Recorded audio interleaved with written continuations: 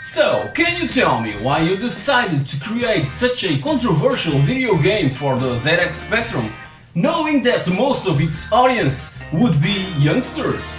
I never knew the dimension that this thing would take. I was just making something based on an urban myth, a subject that was really hot back in 1985. Hot, I'll say! Did you make any money out of it? Not really. I believe that it was the most pirated video game in Portugal, like, ever. Hey guys, welcome back! So for Halloween and for episode 69, let's take a look at Paradise Café. 30 years ago I was only 10 and I recall seeing this cover at one of my local ZX Spectrum resellers, but never had the courage to buy it, cause it had this kind of rating system that I believe was the very first time I saw this sort of thing on a video game. And it worked! It stopped me right there. Quickly it spread like a virus, copies were found all over the place. Every single one of my friends that back then had a Spectrum had also a copy of Paradise Café. So, what's this game all about? Well, by its cover we can expect something like playing some poker on a nightclub while watching some girls dancing, just like in Duke Nukem 3D. You can't be more wrong. It is where DMA Design, nowadays Rockstar North, got the inspiration for its hot coffee mod for Grand Theft Auto San Andreas. It's the Portuguese version of Leisure Suit Larry, but with a giant red circle on the top right of the screen. So we watch this dude walking from left to right in this endless street, going from door to door. People eventually interact with us and a nice conversation can take place. To interact back at them, we simply have to press a keyboard key like S for yes and N for no. We start the game with plenty of money on our pocket and a huge slice of confidence, but that confidence can abruptly fall to the ground if this ninja-like burglar rips you off. It will be wise to discover first the real Paradise Café, in where we can purchase a gun and other illicit substances. Now we're in business. If that burglar appears asking for light, just erase him from the face of the earth. That way we can also jump to the other side and rob old ladies, take their money or something else.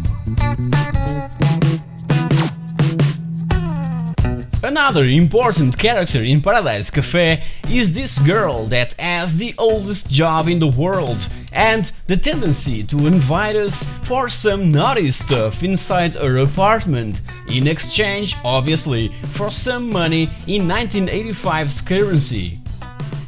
The game ends if we're arrested right after we've been robbed and our money and ID stolen. And if we're out of money and ran into that nice lady that invites us inside to play some Scrabble without paying, well, Reinaldo comes in and, well, comes in. Paradise Café is the most famous Portuguese video game ever made and, as stated above, the most pirated ever, cause it was intended for adults. It was perfectly obvious that every young boy who in 1985 had a ZX Spectrum 48K would find a way to get their hands on one of the most gossiped pieces of software.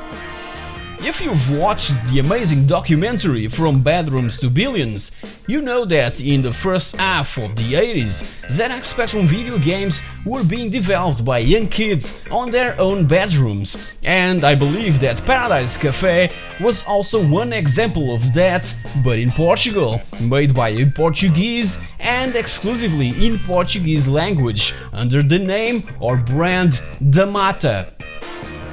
Even nowadays, no one really knows who Damatta is or was. The creator of that controversial and hilarious game never came forward. I believe that whoever made it is nowadays a public figure and simply wants to keep Paradise Café buried in the past. But even so, it is still part of that huge ZX Spectrum library of more than 24,000 titles. Besides the magnetic attraction effect that the little stamp on its cover has on young kids, only comparable to the also controversial Gina magazine that was always strategically placed alongside with audio cassettes and video games, the commercial failure of the most pirated game of all time in Portugal was also due to an urban myth that was extremely popular back in 1985. As you probably know, Benfica is the most widely supported football or soccer club in the world, and according to that myth, one of its top players was back then Reinaldo, one of the non-playable characters in Paradise Café. So Reinaldo meets this girl, a singer from a very popular Portuguese girls band, and after experimenting some weird Kama Sutra stuff, she ended up at the hospital. So in the game, be very careful, cause if you're confronted with Reinaldo, well, it's gonna hurt. Back in 1985, no one really cared about the contents of Paradise Café. There was no jury or official intervention that could somehow prevent a title like this to be sold next to Dynamite, then Commando, or even Back to School. Even a 14-year-old could pick the game up and no one would even ask if he was old enough to play it. Those were the 80s. Hope you've enjoyed episode 69 of the pixelthing. The ZX Spectrum days have so many awesome and also awkward moments, so stay tuned, more will come. Comment, like, subscribe and watch my latest videos and all the others available on my channel. Thank you very much for watching and I'll see you all next week.